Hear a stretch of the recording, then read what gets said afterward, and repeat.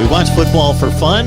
We enjoy the conversation when it sticks to the field and the entertainment that it brings all of us. Unfortunately, it also involves athletes and coaches that sometimes run amok, and such has been the case for many years at LSU.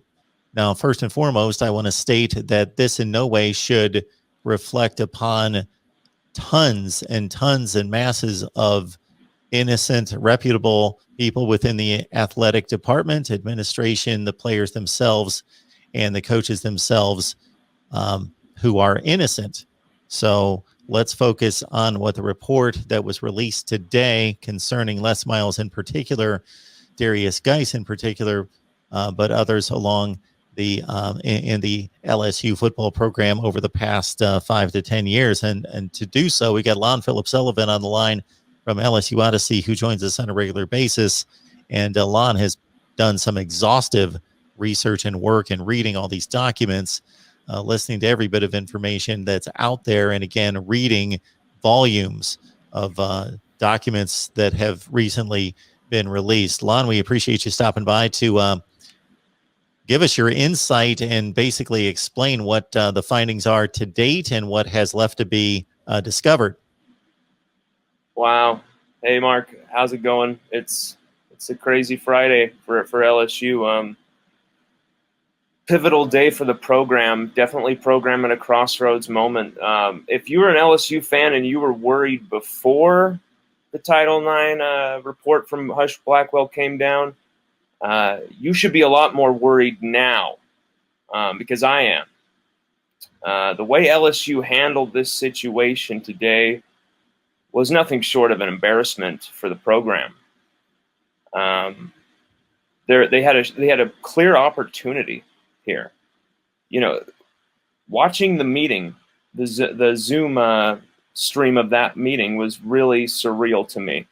You heard President Tom Galligan talking about making it right, doing what's right, fixing the past, cleaning up the program, all sorts of these types of platitudes and just interesting ways to spin the situation positively. But when it came down to doing what's right, he and the rest of the board of directors at LSU fell way short. Verge Osbury was only given a 30-day suspension, unpaid suspension, with some sexual harassment, sexual assault, I believe it was termed sexual violence classes that he would have to undergo. Miriam Seeger given 21-day unpaid suspension, same sexual violence classes as well. This is beyond a slap in the wrist. This is a miscarriage of justice for the victims. And, you know, it's very interesting to me that right after hearing from Caroline Schroeder, a victim from an unnamed LSU player who attacked her on a bus coming back from a team event in New Orleans to Baton Rouge. He also attacked another woman on the bus that same night during the same drive. This woman stood up there at the first of this meeting and said, after she just lambasted and laid into these board of directors, saying how careless and dismissive they've been and how irresponsible and bad they've been in covering the Title IX, responding to the Title IX complaints, Title IX violations. She said, "I hope I've insulted you. I hope the insulting feeling you feel, this fleeting feeling, is just a chunk of what the victims felt." And then she sits down, and you think, okay, here it comes, and Scott Schneider of Hush Blackwell gets up there, and he goes in, and he's saying, I just want you to know we're trying to be fair to everybody in this process. We want to do this. We want to make it right. My own daughter goes to LSU, so I want to make sure we get this okay.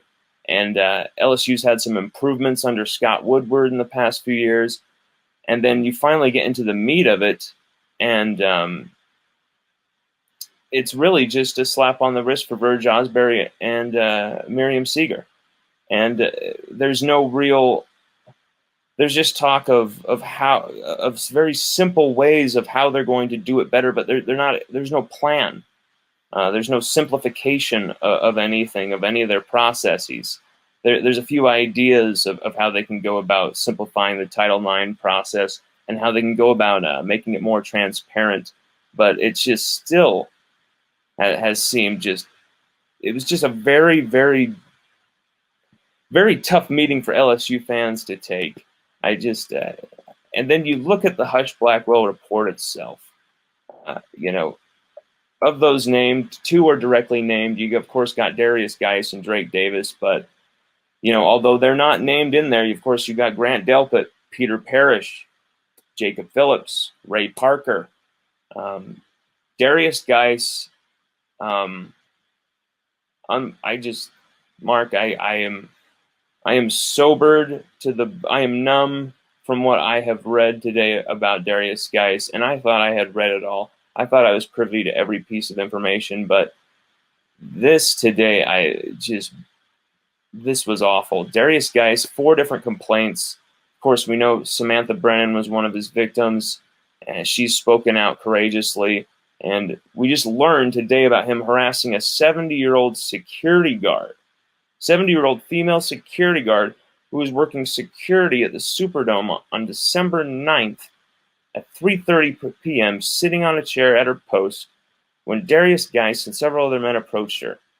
Dice comes up to her saying he likes older women, asked if he could have sex with her, and she was shocked and told him that's not funny. He continued to gesture at his private area and grab himself in front of her, saying that older women are my thing and that they could just go off and do it somewhere.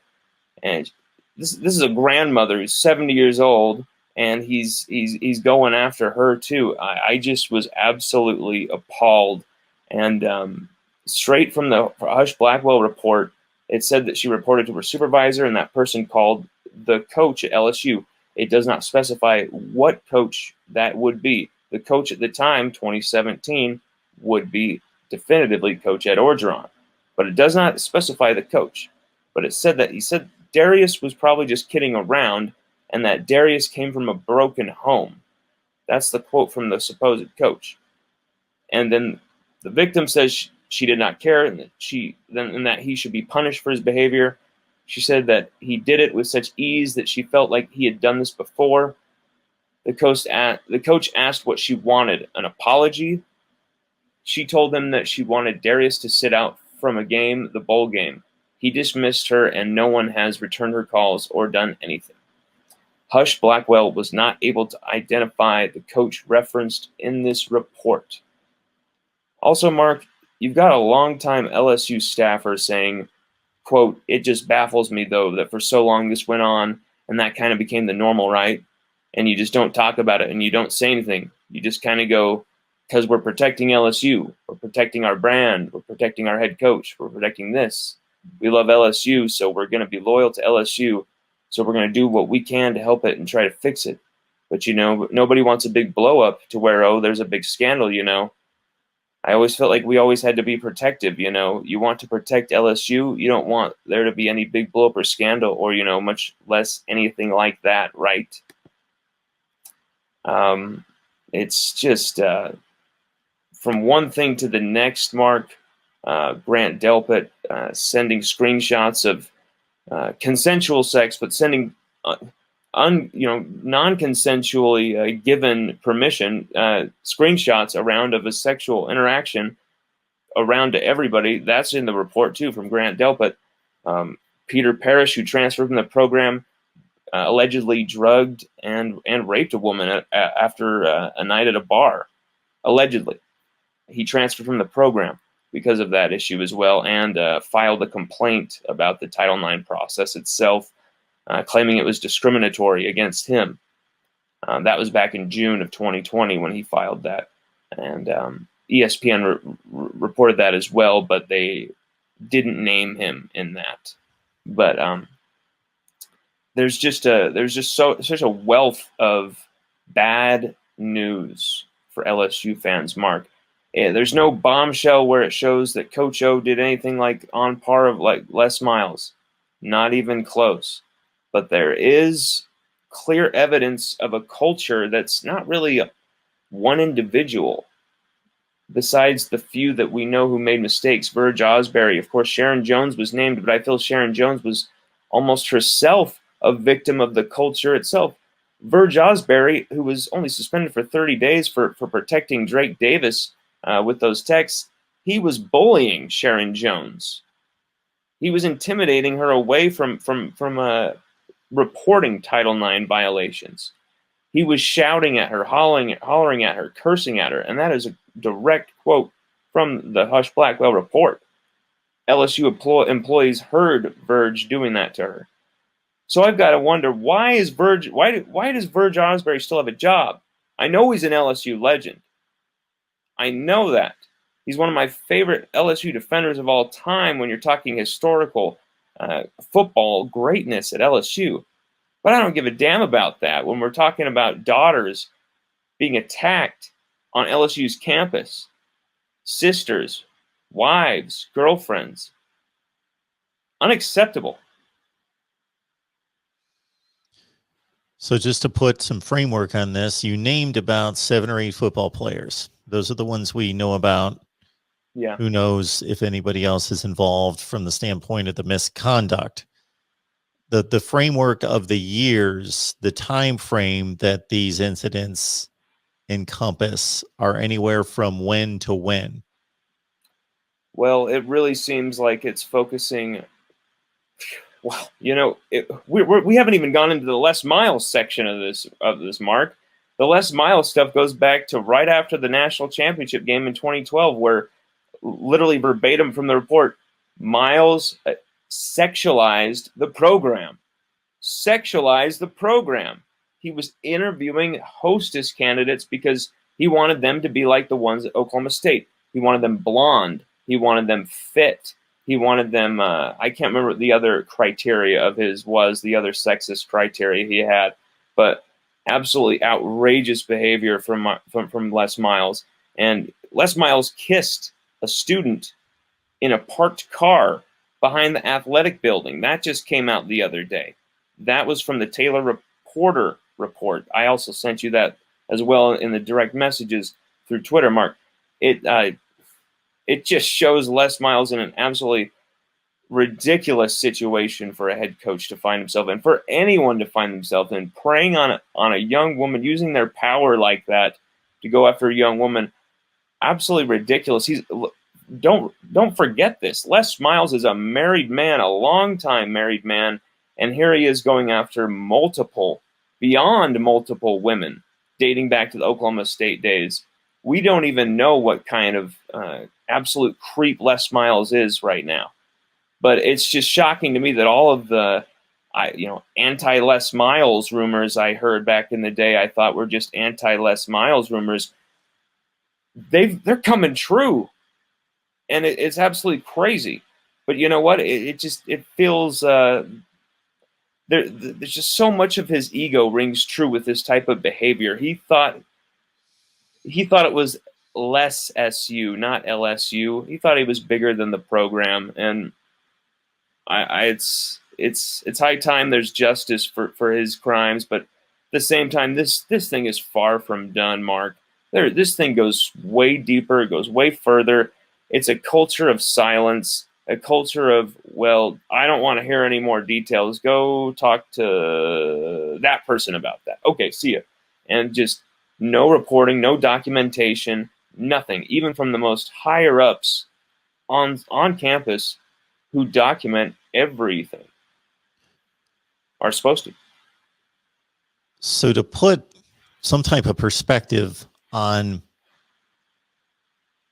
who's at fault first and foremost, and you've been talking about him for the last 5 minutes, and then basically what it looks to be there currently is, we know that Nick Saban was the coach through 2004. We know that Les Miles took over in 2005. We know that Les Miles ran this type of program at Oklahoma State because the evidence and the confirmation of that is documented. So we know that, and we know that Nick Saban hasn't had these issues elsewhere. So we know that Les Miles ran that program at Oklahoma State in a similar fashion. So it can lead us to believe that not only has he been a coach that has been negligent, like other college football coaches that have had issues and wanted to just brush them under the rug, defend the players, and let it go, but that he perpetuated or built or enabled this kind of culture, promoted it, encouraged it. And now we can only conjecture to a certain extent, although we have evidence that Ed Orgeron walked into this situation and may not be a culture or a program that he would want to promote himself, but has been maybe to a certain extent unable, unwilling to really end it. That's a fantastic point, Mark. Like, everything you just said was absolutely brilliant. I absolutely encapsulates a lot of my own feelings on this. I feel like Coach O definitely did walk into this. You asked me last episode in a video of ours that we did that's already gotten, I think, 20,000 views at this point, where you asked me, Mark, is this LSU situation with Les Miles related to the Oklahoma State situation, the 2013 Sports Illustrated piece that you were talking about? And I said, it has to be. It has to be. I mean, there's just, this behavior does not just stop here. You know, sexual crimes, that's why they have the highest recidivism of, criminals. You know, they always go back to prison for committing these crimes. There's some type of compulsion with these crimes. You look at someone like Darius Geis, so many of his crimes were just the most impulsive, vile acts, and he repeated these over and over and over. Les Miles the same. And then you got Coach O, who I feel like he walked into this situation having no clue how sour it was at the top of this athletic department. I mean, how could he? Coach O, he's not that type of a coach. He's not that type of a man who could carry that such dishonesty around, being comfortable with that and having it not affect him noticeably. He couldn't just pretend and put on that show, that act like Les Miles could. Les Miles was a politician. I mean, he would walk up and ask you if you wanted an autograph. He'd walk up and ask you if he could kiss your baby. Coach O, he's just been himself the whole time. I think Coach O walked into this, but at the same time, if that is Coach O who talked to that 70-year-old security guard who said she was sexually harassed by Darius Geis making those comments, I can't defend the guy. I mean, I don't think it's Coach O who made those comments, but if it was, wow. I mean, whoever did has to be fired at LSU. I feel like, here's the thing. You can't just go around firing people. I get that left and right. You can't just have this cold-blooded, cutthroat mentality. But when it comes to this type of stuff, when you're talking about protecting a rapist and a beater of women like Drake Davis, and you're Verge Osberry, and I'm the athletic director of LSU, for example. Say I'm the athletic director of LSU, and Verge Osberry had done that. I would literally have been like, man, you're an LSU legend. You know what this program expects. You know what this program is about. You were well below your own standards, but below the standards that you created at this program yourself as a player, as a Tiger. You absolutely let yourself and this program down, and I'm going to have to dismiss you. I'm sorry, Verge. That's what I would have said. Instead, they chose the easy way out. 30-day unpaid suspension for that. I can't believe it. And then if you also hear about the toxicity within the program from Verge, I think the longer they hang on to him, the bigger the problems will be for Coach O. Then the questions will be about how Coach O handles Title IX, how Coach O handles sexual assault when he has people like that still around after they've proven they are part of that Les Miles culture. If he wants to get rid of the Les Miles culture, he's got to take the steps. But, at the same time, Coach O, there's a great point that someone made. I think it was Hush Blackwell's lead investigator, Scott Schneider, who said that the last thing they want is for head coaches to be involved in Title IX investigations, to be sticking their nose in there and trying to mess with the process. So I understand why Coach O has been silent on this whole thing, why he's been in the background. He's doing what he's supposed to be doing. So I feel like Coach O here is clean. I feel like Coach O here is innocent until we hear otherwise. But at the same time, the analysis of this report, it's not over yet. This thing is thick, it's deep, and as much as I've covered through it, I know there's still some corners of this thing that I must have overlooked or something, because there's so much info in there, Mark. It's crazy. So the report's released. You're on the call that is explaining much of it. Read through the report. And so you just alluded to it at the end of your statement there. Where do we go from here? Are there obvious loose ends that they're still trying to find and confirm so that this can all be wrapped up and figured out to what extent? It's already, the extent of it's already mind-blowing now. And there's certainly plenty of evidence and confirmations beyond the evidence to really hold people to the fire on this. So my question is basically, where do you think this is going from here? What else needs to be concluded?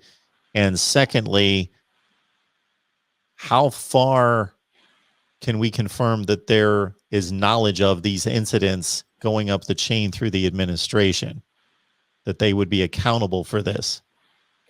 Yeah, that's really hard to prove. That's really hard to prove because of the lack of documentation from LSU, and because of the fact that you can't just, oh, well, if this guy said he told this person, there's a lack of documentation, well, now we fire that person. That just doesn't happen. That's not the process, obviously. You're innocent until proven guilty in this country. And so that's really hard to prove. And I think that it's done. That is by design.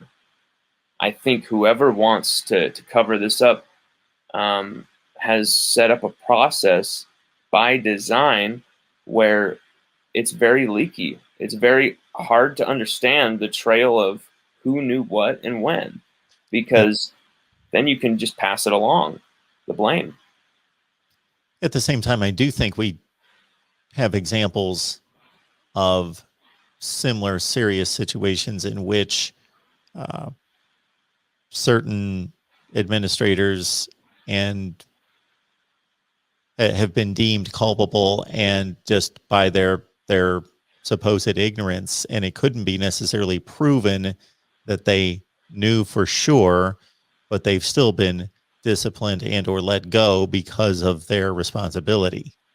Exactly. And that's the responsibility that President Tom Galligan did not want to take today for LSU. And it's now out of LSU's hands as far as how punishments. Do the NCAA want to come in here and give us some punishments? I'm not sure. I really have no clue what's coming as for that. But if I were to bet on it, I would say yes, they're going to come in here and punish us. I expect resignations from a few staff members to come because of this. Way too much. There's so many conversations in here and texts and really embarrassing behind-the-scenes info that even reporters who get as close as I really aspire to and pull off a lot of the times, even this stuff made me feel a little kind of like what's the word I'm looking here for? A voyeurist, kind of like, whoa, this is crazy. And I usually feel like that when I'm getting crazy reports behind the scenes type of things like that. But this is just something that's because what we're dealing with is so toxic. This isn't someone committing to a different school or choosing what position they're going to play or blah, blah, blah, blah, blah. This is about sexual assault, who knew what, who knew when, who denied it, who chose to stay silent. There's members of this staff who could be who still could be under investigation that we just aren't even aware of. There's a few people who I know are. There's been speculation about their involvement, who I know have been heavily interviewed by Hush Blackwell. I'm not going to reveal those staff members' names out of respect to them, but I think one of them is more or less known and more or less close to one of these players' incidents. He's named in the report quite frequently. I'm going to give you every clue possible without saying that name. Longtime staffer at LSU, great coach, great guy actually as well. I don't think he did anything wrong, but I feel like he could be caught up in this as collateral damage. I don't want to see that happen. I want to see LSU take responsibility, remove Verge Osberry and his apparent toxicity right now. Start with that and go from there. I understand that you can't just fire people and be cutthroat, but this is something that is absolutely outrageous. And for LSU to turn a blind eye to his behavior, his crimes, if you ask me, I feel like concealing knowledge of a rape or assault, that's a crime in and of itself. Absolutely. Yeah, to extend on your point there, Lon, even at the most serious aspects of college football, what we deal with are rules violations, which are immoral and unethical to some extent, of course. Rules violations to pay players to get them to sign with your university and your football program, fixing grades to keep players eligible. That all has to do with competition and trying to win football games, and it's wrong. This is way beyond. This is criminal. This is breaking laws. This is immoral. This is immoral conduct against humanity, against females. Yeah, that's completely beyond. And as an LSU fan, if you don't feel disgusted about this today, if you don't feel angry, if you don't feel sad for the victims having such a lack of justice today, receiving such a almost like a spit in the face, the way that they went before the board of directors, said what they said, went before Hush Blackwell, said what they said in those reports, how detailed that report is, and yet 30 days, 21 days, combined 51 days of suspension and some sexual violence classes for two members of the staff who should not be there, who do not deserve their jobs, and frankly are an embarrassment to the LSU program. Lon Phillips Sullivan, LSU Odyssey. So if there's not been a time in the past as an LSU fan, as an SEC fan, as a college football fan that you have found it necessary to go over, check out his site to follow the LSU football coverage, do so this time to follow a human interest story. And beyond that, just to, of course, track the indescribable at times, what we don't want to talk about, but needs to be discussed, needs to be in the open. The light will always expose darkness, and so we need to discuss these things. We need to bring them to light. We need to hold accountable those people that are violating others. Absolutely. Lon, we appreciate you stopping by, and again, encourage everyone to check out LSU Odyssey and for the football coverage and for certainly this coverage of a situation that continues to unfold. Lon, we appreciate it. Mark, last thing, thank you so much. I just want to encourage, I've had a few victims who've contacted me, who've told me their experiences. I encourage you, I want to talk to you directly. I encourage you to come out, to speak to me, to send me to my email, lphil27@gmail.com. You can reach me on Twitter at Lon Phillips, LONNPHILLIPS. You can reach me through LSUOdyssey.com. I will keep it confidential, keep it anonymous. Tell your story, speak it out. We want to hear it. We want the truth to come out. Go Tigers, but it is a sad, sad day to be a Tiger, Mark. I thank you for having me on, but Man, this is tough.